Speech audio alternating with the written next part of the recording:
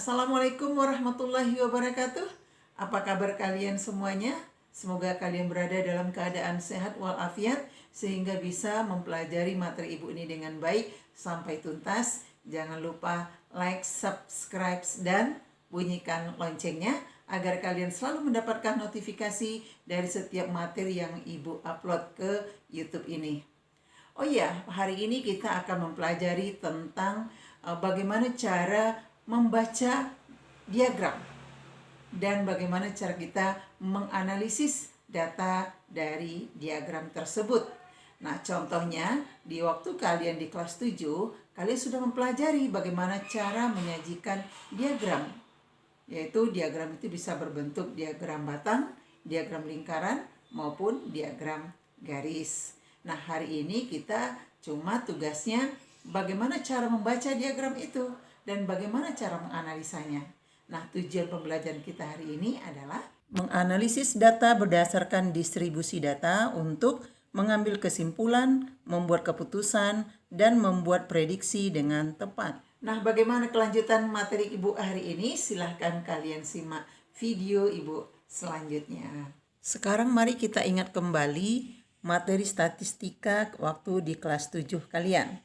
Nah, bagaimana cara menyajikan suatu data itu sudah kita pelajari di semester 2 kelas 7 yang lalu. Nah, data itu bisa disajikan dalam bentuk tabel, kemudian dalam bentuk diagram, apakah dalam bentuk diagram garis, diagram lingkaran, ataupun dalam bentuk diagram batang. Link materi ada pada kolom deskripsi. Membaca dan menganalisis diagram. Yang pertama kita akan coba membaca dan menganalisis diagram batang. Hasil panen Pak Abdul dan kawan-kawan di setiap tahunnya selalu berubah-ubah. Pada tahun berapakah hasil panen Pak Abdul mengalami peningkatan tertinggi dan pada tahun berapakah Pak Abdul mengalami penurunan hasil panen padinya? Dari data yang kita lihat, hasil panen Pak Abdul itu mengalami peningkatan tertinggi pada tahun 2016 dan 2018, yaitu sebanyak 5 ton. Kemudian hasil panen padi Pak Abdul mengalami penurunan pada tahun 2015, 2017, dan 2020, yaitu 3 ton. Nah, sedangkan pada tahun 2010 dengan 2019 hasilnya sama, yaitu menghasilkan 4 ton. Selanjutnya kita akan membaca diagram lingkaran. Di awal tahun, pihak sekolah mendata tentang pekerjaan orang tua siswa. Dari 100 orang siswa, diperoleh data seperti pada diagram lingkaran berikut. Di sini ada jenis pekerjaan orang tua, diantaranya petani, buruh, pegawai swasta, dan PNS. Di mana petani itu ada 29%, kemudian buruh ada 35%, pegawai swasta ada 18%, dan PNS ada 18%. Kemudian ditanyakan, pekerjaan apakah yang lebih banyak dari data tersebut?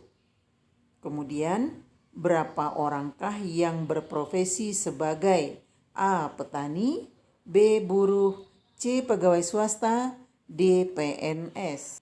Dari diagram lingkaran ini bisa kita lihat bahwa yang berwarna pink itu adalah profesi sebagai buruh. Maka di sana pastilah buruh yang terbanyak profesi orang tua murid tersebut, yaitu sebanyak 35%. Yaitu caranya 35% dibagi 100% dikali 100 orang sama dengan 35 orang. Karena di sini jumlah orang tuanya ada 100 orang, terus pembaginya nanti 100%, tentu 100 dibagi 100 itu 1. Maka persentase pada diagram ini bisa langsung mewakili jumlah orang. Misalnya sebagai petani. Petani di sini kan 29%, Artinya itu juga 29 orang. Buruh tadi sudah kita dapatkan 35 orang. Kemudian pegawai swasta 18 orang dan PNS juga 18 orang. Pekerjaan terbanyak adalah buruh. Yang berikutnya, kita akan membaca dan menganalisa tentang diagram garis. Perhatikan grafik di samping. Grafik ini adalah tentang kehadiran siswa sewaktu belajar online. Dari hari pertama sampai hari ke-7 terdapat siswa yang berubah-ubah jumlahnya dalam mengikuti pembelajaran. Pertanyaannya, berapa siswakah yang hadir pada hari ke-4? Kemudian pada hari keberapakah siswa hadir yang paling banyak? Yang berikutnya, pada hari apakah siswa yang memiliki kehadiran dengan frekuensi yang sama? Perhatikan grafiknya. Pada hari keempat, terdapat 40 siswa yang hadir pada kelas online tersebut. Kemudian siswa terbanyak juga terjadi pada hari keempat. Dan pada hari ke-1, kemudian ke-6, itu terjadi frekuensi yang sama-sama 30 orang yang hadir. Kemudian pada hari kedua dan hari ke-7, yaitu hadirnya juga sama banyak, yaitu 10 siswa. Dan hari ketiga sama banyak dengan hari ke-5, sama-sama 30 siswa, 20 siswa yang hadir pada hari tersebut.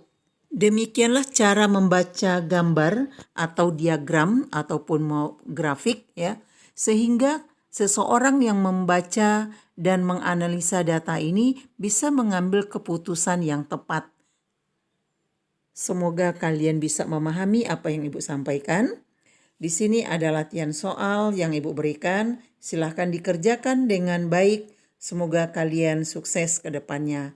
Ibu cukupkan sampai di sini. Terima kasih atas perhatian kalian. Ibu akhiri dengan Assalamualaikum warahmatullahi wabarakatuh.